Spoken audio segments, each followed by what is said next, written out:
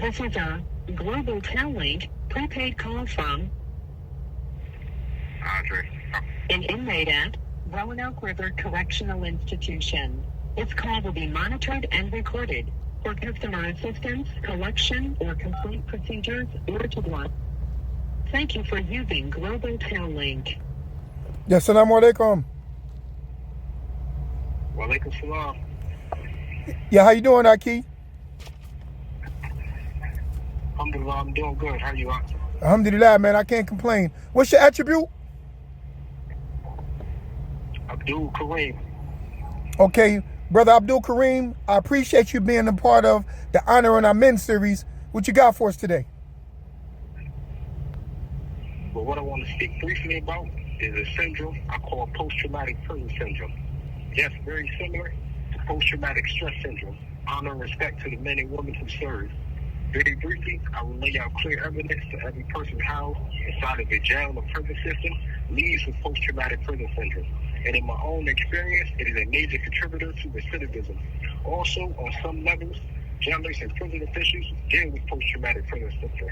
To give you an idea of what I contribute to post-traumatic prison syndrome, I will mention a variety of traits and events an individual becomes exposed to when dealing with incarceration. The first thing, post-traumatic prison syndrome, is high stress, violence, desensitization, anxiety, deprivation, and loneliness. After being exposed to incarceration for the first 21 days, it is the shock and awe moment. Decision time kicks in, consciously and unconsciously. A person's fight or flight begins to kick in. And through my own studies, to become a functional and productive individual, I've learned that when a person dorsolateral becomes deactivated, people lose their sense of past, present, or future. Desensitization may make you less reactive if you cannot feel satisfaction in ordinary, everyday things like taking a walk, cooking a meal, or playing with your kids. Life will pass you by. To further state the main point, if an organism is stuck in survival mode, its energies is focused on fighting off unseen enemies, which leaves no room for nurture, care, and love. As long as the mind is defending it. This call is from a North Carolina correctional facility. Our closest bonds are threatened, along with our ability to imagine, plan, play, learn, and pay attention to other people's needs. Let me take you back to the enemy part of this. The enemy is not just others that is incarcerated with you, but the staff also. In some cases, the staff is the worst enemy around. Their behavior, one can make a strong argument, can be prosecuted. Crimes against humanity and oppression is at an all-time high in the walls of incarceration. You're even punished for having a natural human default. A small example of what huge impactfulness is count time. It is a major thing in the institutions.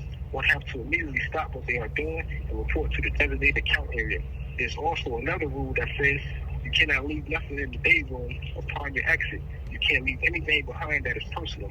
For this rule, there is no official punishment. Interfere count and there's the segregation, what is known as the hold. So let's say I'm in the day room and I have my radio, drinking cup, books, etc. They call count. My main focus is to make it back to my assigned area so I don't disrupt the institutional count. Upon leaving something so simple as a drinking cup on the table, a common human mistake of forgetfulness. And what happens is the cup gets confiscated for a period of 30 days.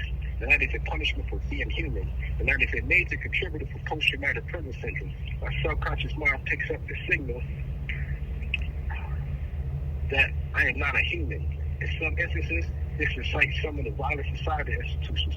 Yes, there's other major factors like drugs and gangs, but being treated like animals or robots is a factor also. For the ones with a release date, how does this affect the individual's cognitive thinking? Positive creative thinking becomes a defect.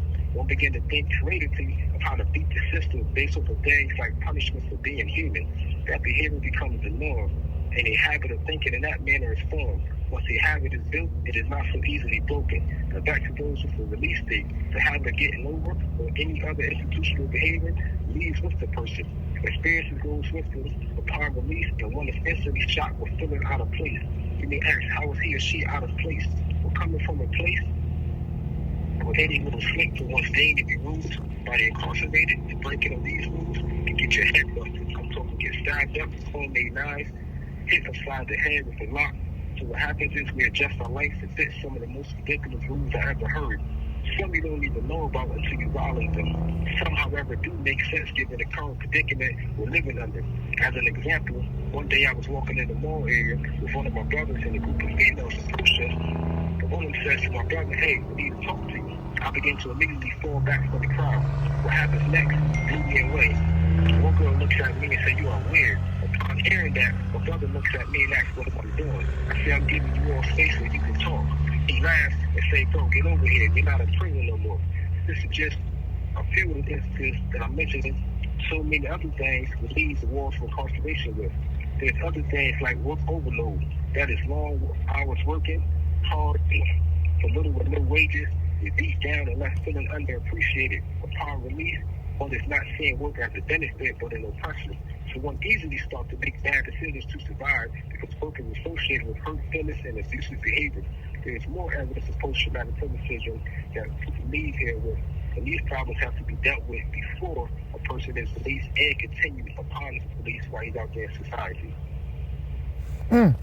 Listen, man, this was a powerful presentation. I was incarcerated myself, so I know exactly what you're talking about. I'm an expert in the field, in that particular field, such as you are, and I suffer from that syndrome as well. I want to ask you a question. Anybody that's listening to this, they may say, well, listen, those guys are incarcerated. You know, they broke the law, they committed a crime, in some cases, the worst of crimes, so they get everything they deserve in there. How would you respond to that?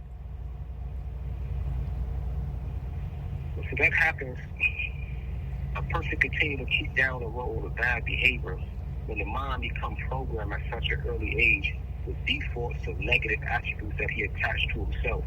And if he's ever given an opportunity to see himself as a productive member, then he would never carry himself as a productive member or doing anything that is functional. He would continue to be dysfunction as long as he is treated as being dysfunction.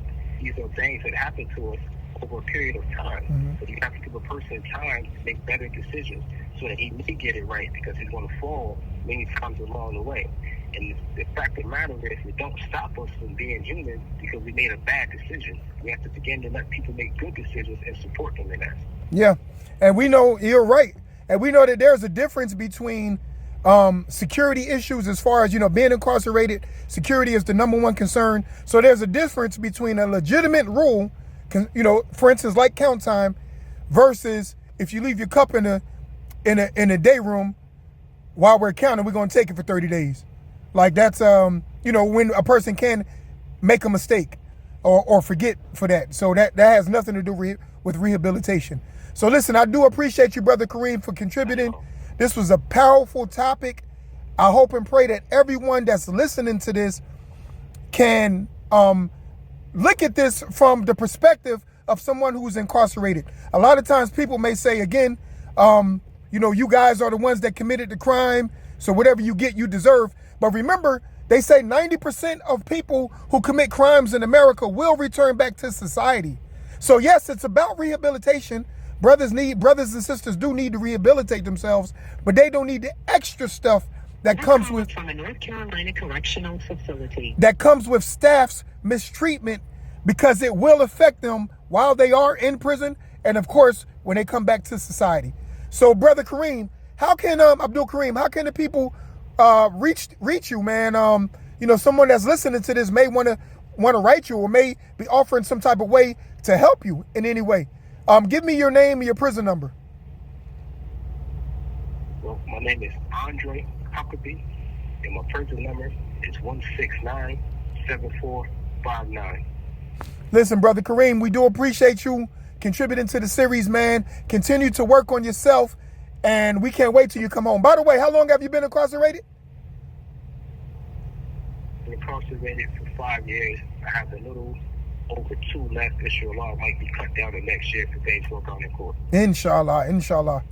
Thank you, Brother Kareem, man. Assalamu alaikum. Wa alaikum salam wa rahmatullah. Alhamdulillah. Honor in Our Men series. This was Brother Kareem. Peace.